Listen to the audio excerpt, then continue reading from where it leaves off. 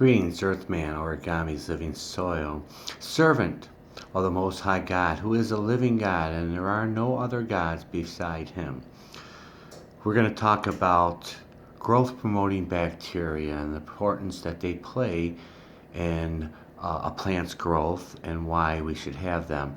A lot of people in today's society are just as happy to get several bags of Miracle-Gro and a little bit of that chemical, that blue liquid, and add that to their plants from time to time, and that's fine. And they are okay with the growth. It's very relaxing to watch a plant grow, to water it on a daily basis. It's fun. Gardening is fun, but they are either oblivious of the harm that they're causing themselves and the planet by using these chemical soils and nutrients, or they just don't care. And I'm hoping that the people are on the ignorant side than the I don't care side. Now, why should we have growth promoting bacteria? Well, if we put all the different type of nutrients in our soil that our plant needs, they don't come broken down. They take time. They take, in some cases, up to a few years with some nutrients and a little bit less with others. But nonetheless, plants need it and need it now. Not only do they need it in the soil, but they need it broken down for them too. And that does happen through the way God has made soil. Even without the life, the pH fluctuations in the soil will help break down locked nutrients and make them eventually provide them for your plant's root systems to uptake, but and not in great numbers, and your plant won't really do well. And that is why a lot of farmers and agriculture depends on chemicals, because they have either soil with very little life or they have soil that is completely dead. It's basically a medium to put their seeds and plants to grow.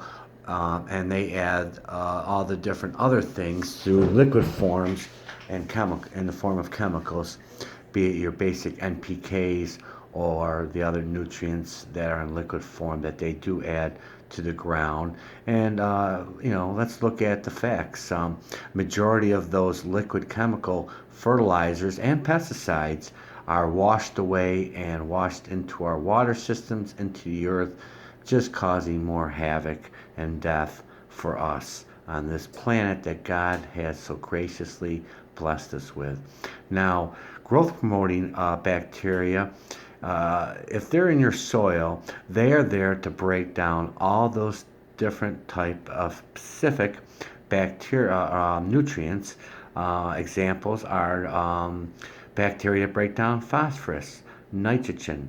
There are bacteria that lock nitrogen, take it out of the air and put it into your roots.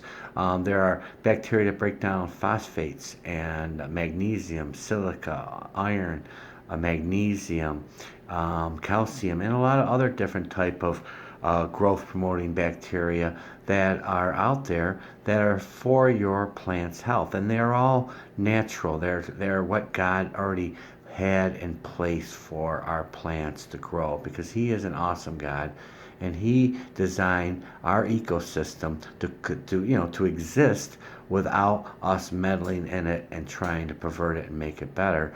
If left alone, nature is quite remarkable, and that's just a reflection of a great and mighty God. Now, not only do the growth promoting bacteria break down all those nutrients that are in your soil, now you need a way to get them back to your root system. God made mycorrhizal fungi, and that is the transportation mechanism that the nutrients take to get back to the root system, because mycorrhizal is an inoculant that forms a symbiotic relationship. I mean, literally becomes one with the root system, spreads out, sometimes up to a mile or more, looking for nutrients and moisture to bring back to your root system. And in return, the plant will give off all those bacteria and fungi sugar and carbohydrates so that they can live too. And so they live with each other. They balance each other out. And in return, your plants grow huge, large, and put out food that is not only better tasting and smells better and everything about it is better, but works as medicine for our body because God intended medicine to become in the form of food, and be it vegetables or meat, or maybe some of you don't eat meat, and that's cool, and you don't drink dairy or anything. That's cool too, because vegetables are there and fruits are there to help us repair the damage that's being done to our body through just carcinogens that and other issues that cause our bodies to have problems through free radicals. And antioxidants are the key there, and other different type of nutrients that only come from plants grown the way they were designed. Now, as you can see, this is a perfect system.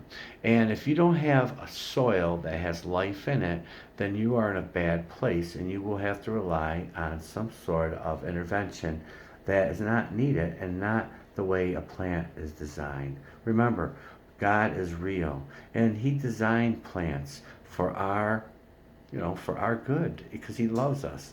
And He created the perfect ecosystem where plant and microbes live together, and that's the way it's been since the beginning.